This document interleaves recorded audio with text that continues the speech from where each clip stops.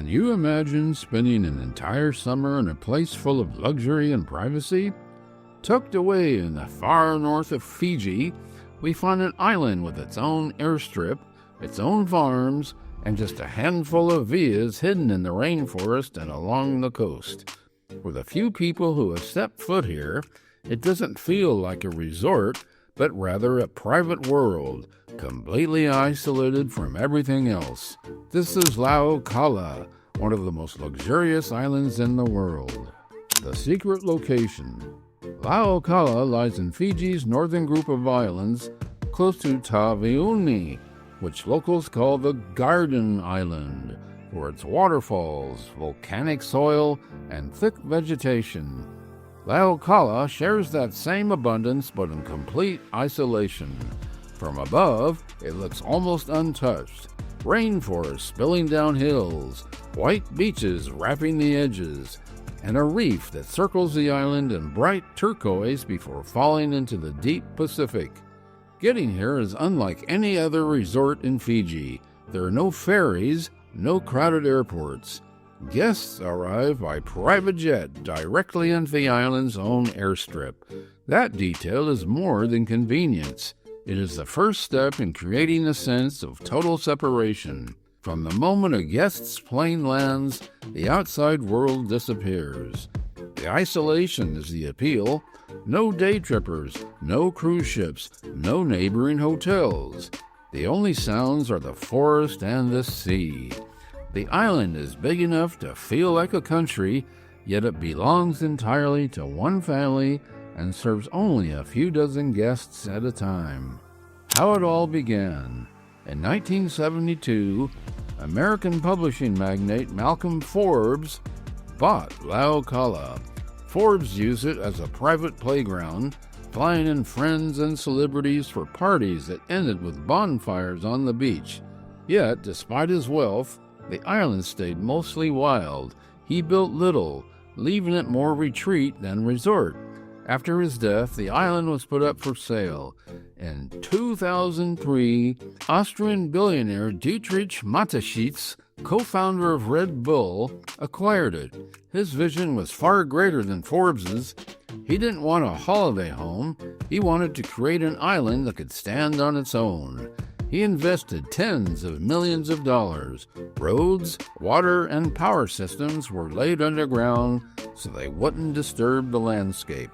Villas were built from stone and timber, with soaring thatched roofs inspired by Fijian tradition, but finished at a standard closer to private palaces and hotels.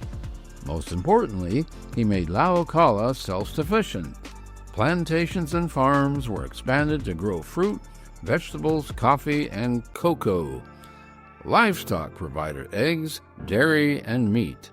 Beehives were installed for honey. The marina housed yachts and dive boats. The airstrip was extended for private jets. When Mateschitz died in 2022, the island passed to his family. Rather than selling, they partnered with Como Hotels to manage operations. That balance, private ownership with professional hospitality, has kept the vision alive. Yet even with all this development, Laucala would never become a concrete playground. The real challenge was to create luxury without losing the wild soul of the island. That is where design met nature. Nature and human design. Despite the huge investment, most of Laucala remains wild.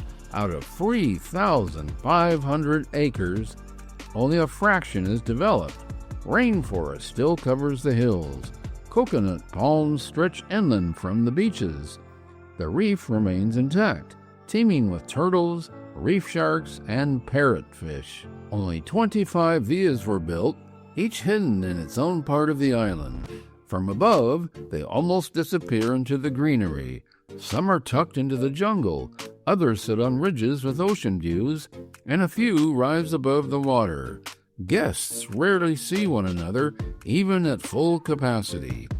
Even though the island has 3,500 acres, the resort only accepts around 50 to 60 guests at a time. That means each guest, on average, has more land to themselves than the entire acreage of some small luxury resorts. It's part of what gives Laucala its private country feel. Human touches were added carefully. A golf course, designed by David McClay Kidd, follows the natural curves of the land. The spa sits in a quiet valley with streams running through it.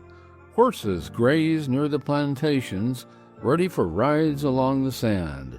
Even the island's infrastructure, roads, power, and water, is buried or disguised. A day on Laucala. Life here has no fixed timetable. Guests wake in villas that open directly to the outdoors. Breakfast comes from the island itself.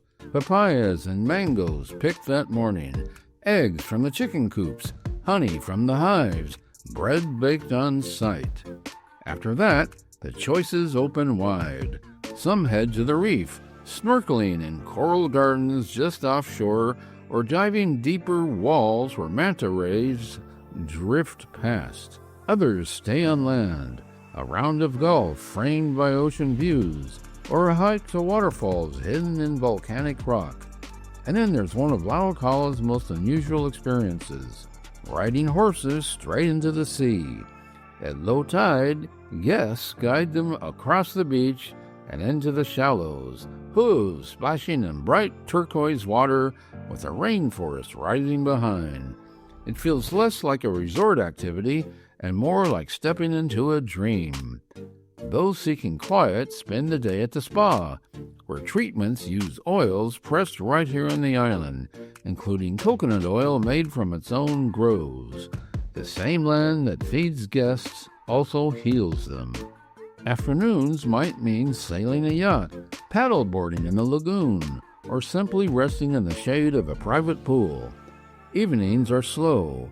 Dinner can be taken at the Grand Plantation House, at the intimate seagrass near the water, or in complete privacy by lantern light on a villa deck. The rhythm is unhurried.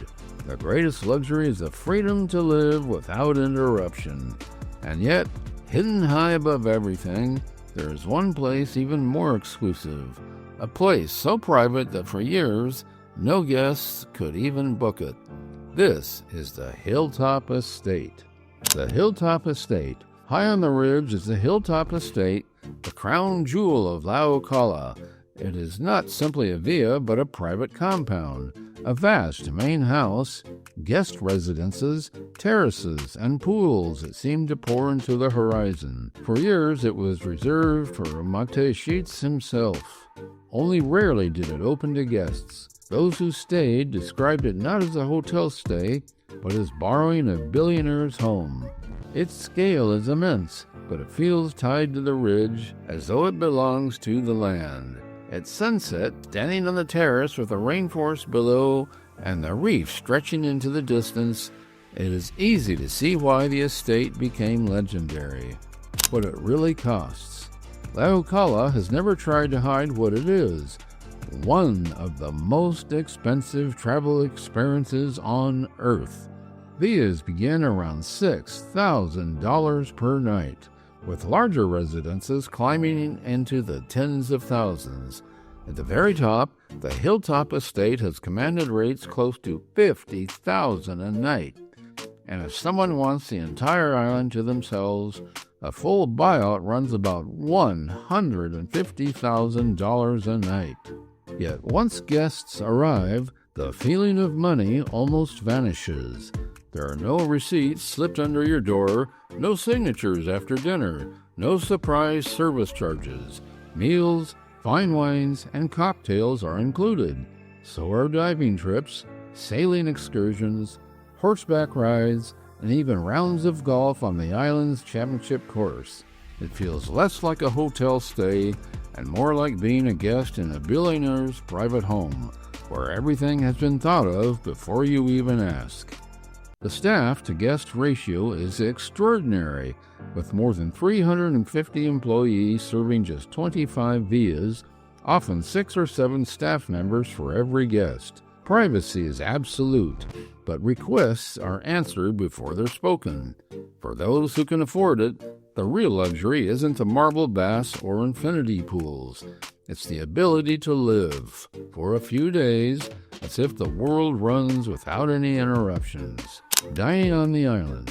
Dining is inseparable from the land. The farm supplies most of what guests eat: fruit orchards, vegetable gardens, livestock, beehives, even coffee and cocoa.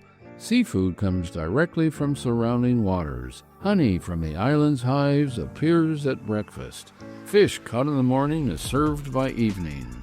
There are 5 restaurants. The Plantation House is the grandest, recalling Fiji's colonial history. Seagrass offers a more intimate setting by the water. Poolside venues provide lighter fare, and private dining can happen anywhere, on the beach, at the top of a hill, or at the villa itself. A lasting vision. Laucala's strength lies in its consistency of vision. Forbes introduced it as a retreat. Mate Sheets expanded it into a self-sufficient paradise. Como Hotels added wellness and sustainability. Together, these influences created a resort that hasn't drifted with trends. When Mate Sheets died, many wondered if the island would change. Instead, his family kept it intact, and ensured management shared the same philosophy. Guests returning after years find it much as they left it, untouched and whole. Unlike most resorts, Laucala does not compete in a crowded market. It exists in its own category because it has never compromised on its identity. Laucala is not the kind of place you'll find in a travel guide. For many people, it remains a dream. One of those exceptional places that remind us just how far luxury can go. Thanks for watching. Like the video and subscribe. See you on the next trip.